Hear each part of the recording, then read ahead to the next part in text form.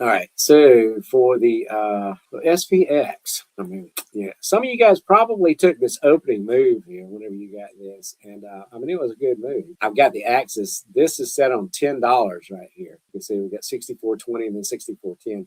So each one of these increments right here is $10. So every one of these, every time you hit $10, that's enough to convert. So if you were watching this, and this is the 2-minute SPX, if you were watching this and said, okay, here is today's open, because we had this big green candle, we opened up, and then we immediately reversed. We put in the 15-minute high, opening range high right here, green candle up, then an immediate reversal candle, and then a confirmation candle right here. Came down. We didn't break the opening candle right here. The opening this is the opening 2-minute candle actually. We didn't break that right off, but then we came on down a couple of candles later, and we actually took that, put in a moving average cross here. So we could have jumped on that when we broke today's open and got a little bit of heat here, but it continued on down, and this is where we put our low in. Actually, we got our low. I think we got the first green bar right here because I don't see. No, I'm sorry. We had this pullback here. We didn't have enough candles here for it to give us a green bar right here. I think it's like got to be 20 candles or something like that. I think that's what Kevin's got it set at before it'll give you a new bar. And so we didn't get another one until we got over here at 1040. Excuse me, 1048 on this moving average cross here, because that was higher than this one here. And it was far enough out. So we came down. That gave us the criteria there for that green bar there. But this one, we came down to this right here, which was 63.73. So if you would have jumped on that right here, if you would have waited for the moving average cross and wait till it broke right here, breaking out of the 15-minute opening range, that would have been 63.91.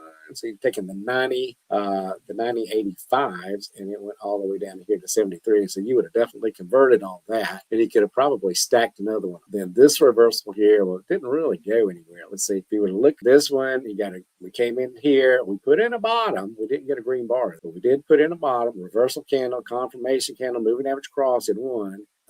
This would not have been a good trade to take, really, because it pulled back. That would have given you heat right there, probably stopped you out if you would have taken it right here. Because we did wick up. So at one point, we opened here, and it moved up at some point, and then it ended up closing down here.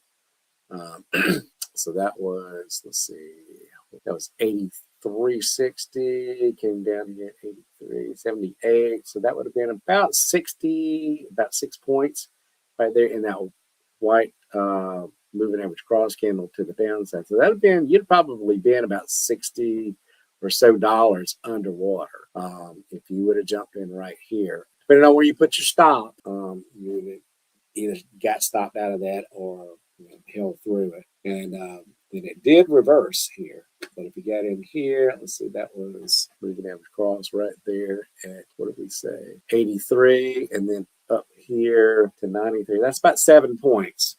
So, you could have converted that, but depending on your entry price and how aggressive you were with a profit target for conversion, it might have even been a break even. Or it'd have been one of those if you did like 2 debit spreads and then converted one and then took a little bit of profit on, you sold one of them for like 30 or 40 bucks, then you could have taken less credit even and converted that and still made money on it there. And that would have been the up here at 91. I was just looking to see where that was relative. We closed way down here at 63.43, so this wasn't even in play. But you didn't know that. We didn't know that. So you take them as they come. And then we got into all this chop. So you can see all this price action is in and out. The energy band is almost horizontal. It comes down and then it kind of flattens out. It just cycles right around the 20 and not VWAP, it's below VWAP, but VWAP is relatively flat and price is not really going anywhere. It looked like it was going to break to the downside here when we took this level. So where I got my crosshairs, the horizontal part of it, it looked like it was going to break to the downside right here. We actually got all yellow dots right here on this move, and I've been caught in these before. You were down below the 50 on the RSI. The cycle oscillator was pointed down. We got all yellow dots here. This was a 1044. I didn't take this. That wasn't what I was looking for right there, because it was right here at that support zone that I had drawn. I showed you on my SPY chart that I had. So what I was really looking for, if it was going to move to the downside, I wanted to see it break through that zone because it had already come down, bounced off of it. It's coming down. I was expecting it to bounce off of it again, which it did. And then it came back and retested, and then it took off, and that was the trade that I took there to the upside. But the real thing that kept me out of all of that was the fact that everything was really flat, right? And we had been, we really haven't been anywhere. We were in compression, so that wasn't the setup that I was looking for. And that was also in Powell time right there, too. So I was wanting to get past that and let the market do something because it wasn't really doing it. It looked like it was going to sell off while he was talking right here. It's like, and that could happen with Powell. All he's got to do is just say something negative, and boom, it dumps to the downside. But then he can turn around and then boom, it'll dump to it'll skyrocket to the upside. We've seen that happen all the time. You just never know. So I just kind of stay out from trying to get in front of those trains. Just let that pass, let it do what it's going to, and then trade the reaction to the news, or the reaction to the reaction to the news. Just let it settle, and then gain some sanity, and then see what it's going to do. But then we did get this green bar, which I was talking about here. We didn't get one here. We did put in a low here at 63.72 on this move. So you're kind of looking at this, and that looked good, but it wasn't really going anywhere. Yeah, we got really close to a gap fill here, but we were still off by, was it 70, 50? But that's still a pretty good point. That was like 20, 15 points right there. We were still looking for to fill the gap, but it got pretty close with this run. Came up and then horizontal, and then it fell a little bit. Found some support back at this level. You can see this right here. I mean, I do this all the time. I look at these. We got this green. This was yesterday's close, and we came right down to it. Typically, I'll go if I got a green bar, I'll use the green bar level where it reversed that. And then I'll pretty much try and go up to the bottom of the moving average cross candle, or at least the top of the reversal candle. I'll take that area, which is kind of like right around here. And so that's what I was watching all morning, looking at that. It's like, do I want to get caught in any of this? Because it came down, buyers came in, pushed it up, came back down, it just held, came back down. Are the buyers going to step in? Yeah, the buyers stepped in. That's what I was watching. It came back up to, it broke the 20. That looked bullish right there. But then it came up to this level that we had a moving average cross and a pullback earlier, and that was our the low of our 15-minute opening range right here. We came back up. We hadn't been able to break that. We came back up, looked like it was going to tap it. We did wick up to it, and then we pulled back immediately. Came back to the top of the zone right here. Wicked down to it. Didn't enter it though, and then we started moving again. Started to get some separation here, and started to get a little bit of fuel in the tank here. And then that, I told you that right around in here, that's where I took my trade when we broke through this and took that. But that's why I didn't take anything to the downside, because of this. We had a change in structure. We hadn't taken all of this out, but we did take this. And when I looked at this and took it, I had been looking left, and it's like, well, okay, there's enough room. If we can break this, there's enough room, and the setup is there that it can go up to today's open, and maybe it can break that and hold it. But it broke it, but it failed, and then we put in a red bar right here, and that's why I put in a preset target, because I didn't want it to come up and come up and come up and then just fail on me, and then be stuck and get caught in something like this right here, which has happened to me before when I was trying to just ride it up, and then it'll stall a little bit, and if I don't have an order in there already. it does this and just runs away, sometimes you can't get out of it quick enough. You end up losing, being negative, and I've had that happen. So I don't like that. So that's a little cautious on that side. So whenever I'm doing this, either convert it, or if you're doing calls and puts, like I was doing calls today. So I put in a preset target, kind of based on this level here. I figured out what I might get and put it in, and then just watched it. And then you had this right here. So we had this move here. Came up, reversal. You got a reversal candle here. This is could have taken this to the downside. Same thing though. This is kind of like, being range bound. We've got a high up here. Draw in this level. So this is what I do. I take this. We got a red bar. Then I'm not going to get into the moving average cross right here, but I'll come down to the last green candle that we had leading into it, and then I'll put that in. So it's kind of like right about here, which was today's open, and I'll put that support zone. And this is a lower level than where we were this morning, because we had this support zone, or this resistance zone up here. This is resistance zone. And then at the open, so we had this one up here, which was right here, and then come down to the top of, put it in kind of like at the top of that reversal candle right there, at the top and the bottom of that candle. I'll just put that zone up there and just kind of use that for reference. And see, we never got up there. We put in an intermediate resistance zone here, because we came up, reversed, pulled back, and then you can see we came down again, really close. Actually, we came down and wicked, and we tapped the top of this zone that I had dropped in right here, and then it bounced. So this is when I get close to these zones, I'm not looking to go short. I want to see what it's going to do. When I get close to this zone up here in reverse, I don't want to go long, because what these represent is this is a block of buyers, and this is a block of sellers, and this up here is a block of sellers. So anytime that we get close to these zones, this is looking at past history, like right here, this zone in the past, whenever we get close to it, we can see in the past, looking left, that the buyers have stepped up. So there's a pool of buyers here that are going to buy it.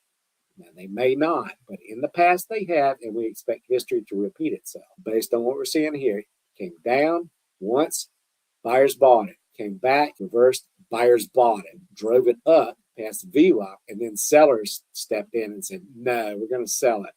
We're going to take profits here, we're going to sell it, and then they sold it. Came back down to this level, and they said, okay, we still got some buyers down here, so the buyers stepped back up.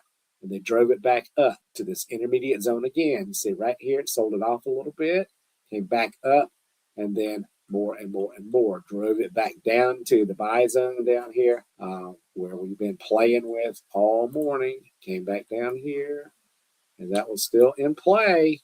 Came down, and there's no trade here. No trade, no trade, no trade. And the buyers didn't really step in to push it back up to this upper zone here. So there's nothing going on here in the lunchbox. Coming out of the lunchbox, we didn't get a trade until, you can look over here, and let's see where we kind of broke out of this. So you take my zone all the way over. This is all chop right here. And you can see we're in compression. We got yellow dots, we got blue dots. RSI it's down below. So, I mean, the sellers are in control, but the RSI is not trending. Cycle oscillator is not trending. And price is really not trending. It's drifting to the low side. You see there's a little bit of a downward trajectory. Look at the 20. See that? The price comes up to the 20. It falls and drifts down. Comes back to the 20, falls and drifts. Comes back to the 20, falls and drifts. And then we get this candle right here. This white reversal or moving average cross candle. Then we get another red candle right here just below it. And what is happening here? If we take this is, what time is that? We get this break right here. This is at it's the 1:16 closing candle. So this opened at 1:14. So this is kind of in that 1 o'clock or so time of day, 1:15. We're coming into zone 7. You can see that right here. We're looking for a move. We're kind of flat, so it can move to the upside or it can move to the downside. We don't know which way it's going to go. If you look at the cycle oscillator, it looked like it wanted to move to the upside. See that right there? You got this green going up, but the RSI is still flat. It's not really giving you any signal here. and even the stochastic. Now remember, the slow stochastic, that's not part of your package. That's just something that I added because I like this indicator. So I just use it for another level of confluence whenever I'm looking at price action and cycle oscillator and RSI and dots and all like that. I'll kind of look down here. I do like it whenever we're at the extreme area here to the upside or down to the low side. I like those positions to take a trade. But right here, we came in, and at this time right here, 13:16, 1:16 p.m., cycle oscillator was pointed down. It had broken the lower level right here, the green line. RSI had broken this kind of stagnant range bound here and was coming down. It had broken out of that, got into the extreme oversold area, and we had all yellow dots. So see, we had already gotten on the moving average cross. We had all yellow dots. We had a hodgepodge of yellows and blues right all through here. And this is the last part of the lunchbox, like 12:40. Going into 1 o'clock, coming out of the lunchbox. So it really wasn't an out of the lunchbox trade in this zone. It didn't happen until zone 7.